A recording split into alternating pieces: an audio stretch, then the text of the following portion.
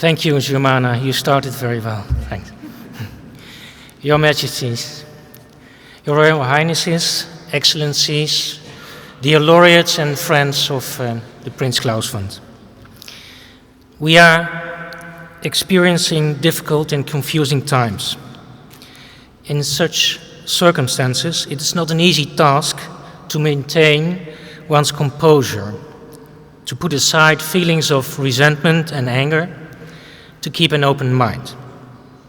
Even reasonable people run the risk of being blindsided and becoming caught up in the same kind of fanaticism they wish to fight against. The Prince Claus Fund has, from the beginning, made it its mission to see things in perspective, and preferably from the perspective of the other, to give people in difficult circumstances the opportunity to develop themselves, to support artists who, by the nature of their work and ideas, positively influence their reality, and to respond when cultural heritage is threatened, to protect or to restore it. These are big, yes, you may say, lofty goals. I do not say this out of pride, rather with feelings of modesty, and at the same time, in all modesty, confident and aware of our task. It is important, and even more so in these confusing times, to clearly decide where we offer our support, to understand the perspective of others, and to help talent that is able to make a difference. It is with limited resources, a limited staff, but with tremendous support from our global and ever-growing network that we aim to make a difference where it is most needed. During the impressive commemoration ceremony last Friday in Paris, the French President François Hollande was referring to the city of Paris as a city that enlightens ideas. Ideas, not the fires of destruction. Historically speaking, this was a claim that can only be seen as right.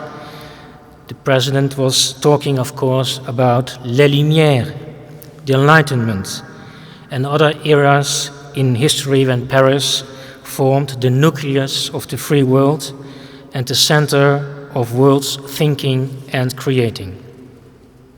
No doubt, the President was at the same time speaking of the present, confirming the desire to maintain an open mind, an enlightened spirit that, I would say, in a magical way, creates the opportunity to cross frontiers, to see the point of view of the other, and at the same time creates the inner force to defend these principles and ideas when they are under fire.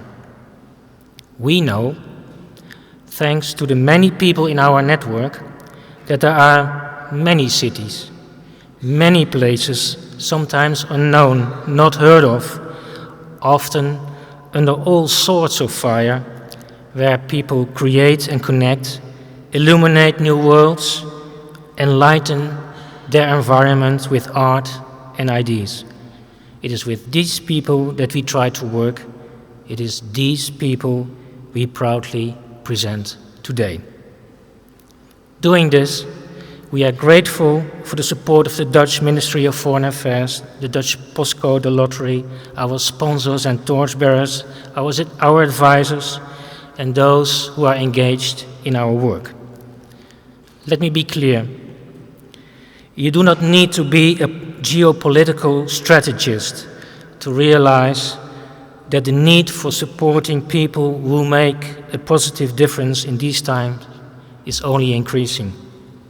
The Prince Claus Fund does not simply and proudly bear its name.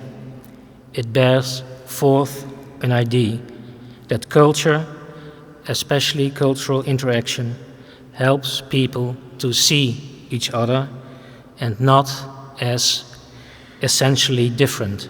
No, the other, in the terms of the philosopher Emmanuel Levinas, a person with a face. If our mission, all the people in our network can contribute even slightly in achieving this, then that is in itself a worthy goal. I wish you all a splendid and inspiring afternoon. Thank you.